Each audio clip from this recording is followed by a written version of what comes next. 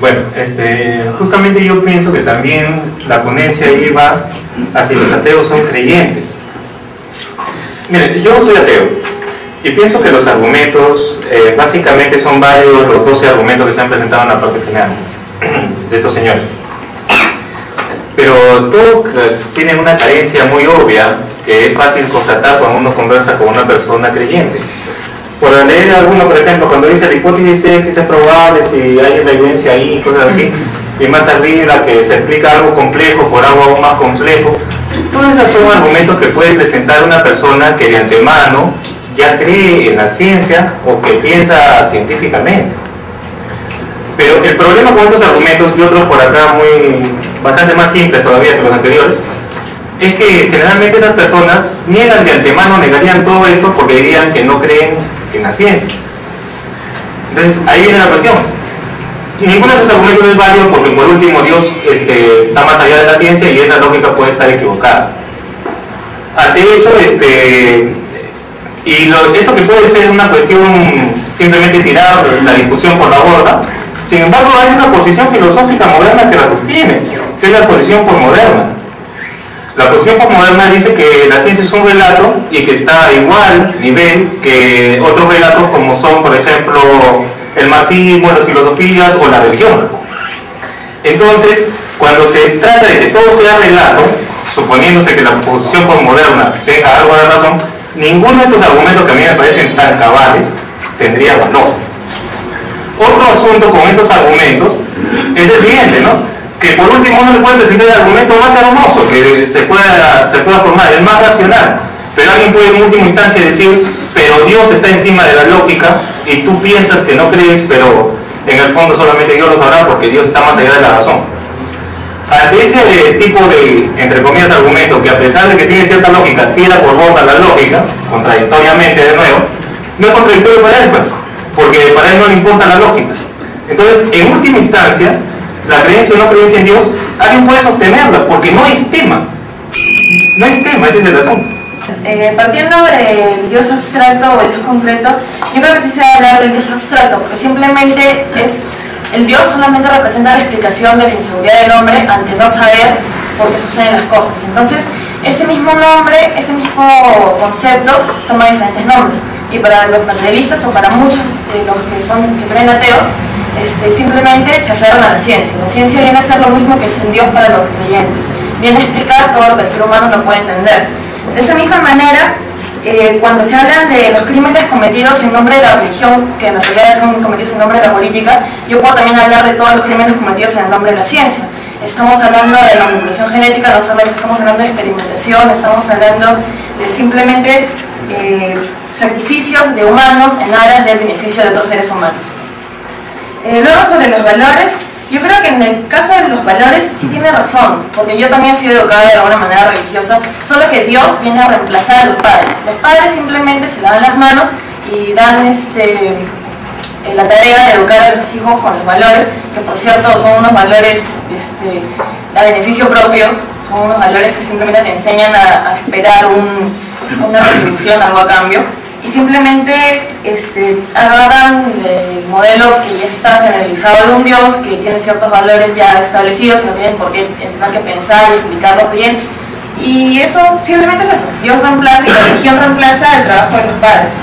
En cuanto a los valores o la sociedad como deformadora de la religión, porque para mí también la religión siempre se inicia de alguna manera directamente en contacto con la naturaleza y por lo tanto material. Son las masas las que luego deforman esa idea, y yo creo también que yo creo que el ser humano no es sociable, yo creo que el ser humano pierde su individualidad, yo creo que el ser humano no debería perder su individualidad, porque parte de perder su individualidad y pertenecer a la masa es la inseguridad de dudar, la inseguridad de no estar seguro y la inseguridad que le hace aferrarse a diferentes religiones, incluida la ciencia. Y bueno, y luego yo creo que sí, la ciencia es un Dios.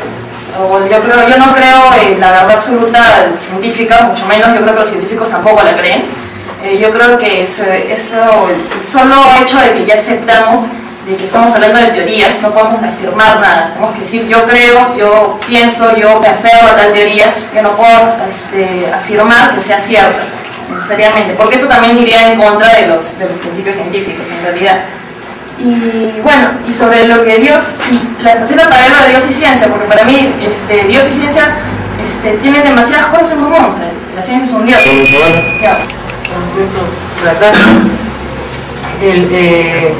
Justamente yo aclaré desde el inicio que el problema cuando se dice que los ateos creen, o si son creyentes, no se refieren a que crean cualquier cosa, sino que está implícito la pregunta, creen en Dios, ¿no? O en este caso a la no existencia de Dios, ¿no? La discusión se abre y se diluye en una cosa etérea. A propósito, es parte de la intencionalidad del planteamiento de la pregunta, cuando se diluye el problema de que si creen, porque puedo creer usar la palabra creer para decir creo en la ciencia, pero eso es lo que está preguntando. No se está preguntando si los ateos creen que mañana va a salir el sol o que las leyes de la ciencia son válidas. Cuando se dice que los ateos creen, son creyentes, se refiere específicamente, la pregunta está dirigida a que si son creyentes en Dios o en cualquiera de sus formas, o cuando dicen, o sea, por eso el subtítulo es: ¿los ateos creen acaso que no creen en Dios? ¿No? La ciencia trabaja siempre en base a hipótesis, y eso se diferencia de los postulados de la religión. Se dice también que los padres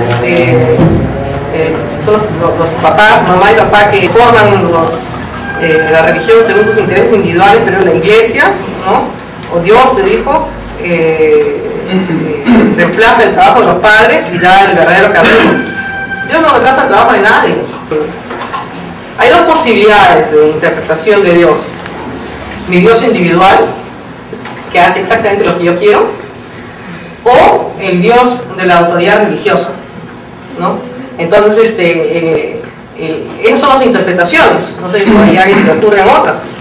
Pero entonces los padres no deforman los intereses, no deforman la religión según sus intereses, sino quien los deforma es uno o la autoridad religiosa, ¿no? Que pues como vemos, bendicen pues a los delincuentes más grandes, ¿no? Le dan visto bueno, se meten en la política y es cierto que la necesidad individual y la necesidad colectiva, a través de mitos, sustentan los intereses colectivos contra otros grupos. Ese es justamente el kit del asunto, ¿no? Contra otros grupos, y ahí está la palabra clave, ¿no?